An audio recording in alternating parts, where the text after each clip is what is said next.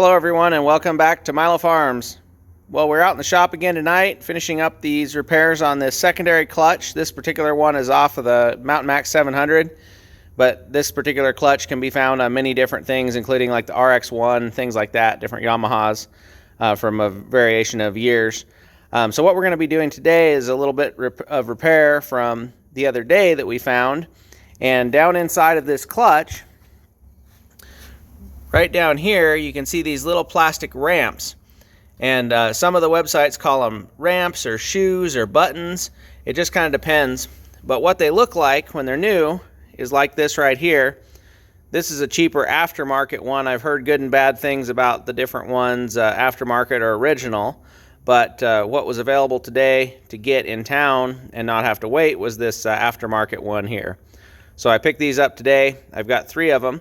And we're going to go through the process to disassemble this clutch and go ahead and install those. So first thing we're going to do is we've gone through already and labeled everything where all the pieces are. So we marked where the spring sits here. Then we marked right here where the 2 halves of the clutch come together. Then we marked on the top where those 2 are together. And so we know how that all comes apart. So then we're going to go ahead and undo these 3 bolts right here on top. We're going to take those loose and then we're going to slip off the triangular shaped piece. So as you can see here, we've got the 2 nuts completely off, and then the one is almost off. It started to lift up a little bit. I've also propped this back plate up on this socket box and the screwdriver handle here, because after we remove this one nut right here, we're going to end up lifting up this triangular piece, and when we do, it is going to kick to the side either this way or this way, and so we need to hold it because remember, it has all the spring tension from the spring underneath. So I'll go ahead and set the camera down and get that off. So we've got the tension taken off of it, and as you can see, it went from here over to this position. So we're going to go ahead and take this top piece off, making sure we've marked that. Then you've got the spring. I've also marked where that came out of on the bottom so we know what the right hole is. Then you can see we're left with the 2 halves of the clutch. There's the bottom half, and here's the top half right here that these little ramps are on. So here's the one that's the greatest concern, that's actually missing pieces. And then you can see that the others have a pretty good notch taken out of them and are no longer rounded like they're supposed to be. So we're going to go ahead and replace those.